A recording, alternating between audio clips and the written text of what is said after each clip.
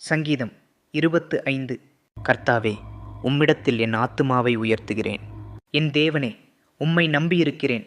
நான் வெட்கப்பட்டு போகாதபடி செய்யும். என் சத்துருக்கள் என்னை மேற்கொண்டு மகிழவிடாதேயும். உம்மை நோக்கி காத்திருக்கிற ஒருவரும் வெட்கப்பட்டு போகாதபடி செய்யும். முகாந்தரமில்லாமல் துரோகம் பண்ணுகிறவர்களே வெட்கப்பட்டு போவார்களாக. கர்த்தாவே, உம்முடைய வழிகளை எனக்கு தெரிவியும். உம்முடைய பாதைகளை எனக்கு போதித்தருளும். உம்முடைய சத்தியத்திலே என்னை நடத்தி என்னை போதித்தருளும். நீரே என் இரட்சிப்பின் தேவன். உம்மை நோக்கி நாள் முழுதும் காத்திருக்கிறேன். கர்த்தாவே, உம்முடைய இரக்கங்களையும் உம்முடைய காருணியங்களையும் நினைத்தருளும். அவைகள் அனாதிகாலம் முதல் இருக்கிறதே. என் இளவயதின் பாவங்களையும் என் மீறுதல்களையும் நினையாதிரும். கர்த்தாவே, உம்முடைய தயவு நிமித்தம் என்னை உமது கிருபையின்படியே நினைத்தருளும். கர்த்தர் நல்லவரும் உத்தமருமாயிருக்கிறார். ஆகையால் பாவிகளுக்கு வழியை தெரிவிக்கிறார். சாந்த குணமுள்ளவர்களை நியாயத்திலே நடத்தி சாந்த குணமுள்ளவர்களுக்கு தமது வழியை பொதிக்கிறார். கர்த்தருடைய உடன்படிக்கையையும் அவருடைய சாட்சிகளையும் கைக்கொள்ளுகிறவர்களுக்கு அவருடைய பாதைகளெல்லாம் கிருபையும் சத்தியமுமானவைகள்.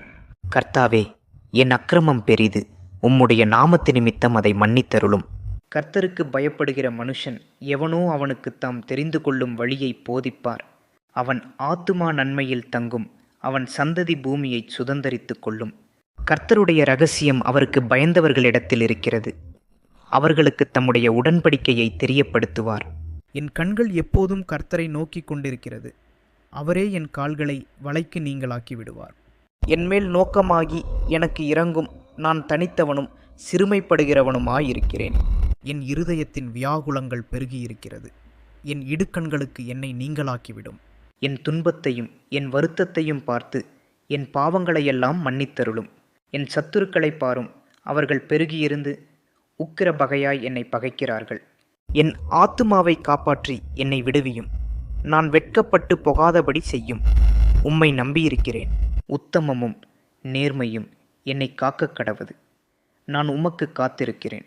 தேவனே, இஸ்ரவேலை அவனுடைய எல்லா இக்கட்டுகளுக்கும் நீங்களாக்கி மீட்டுவிடும்.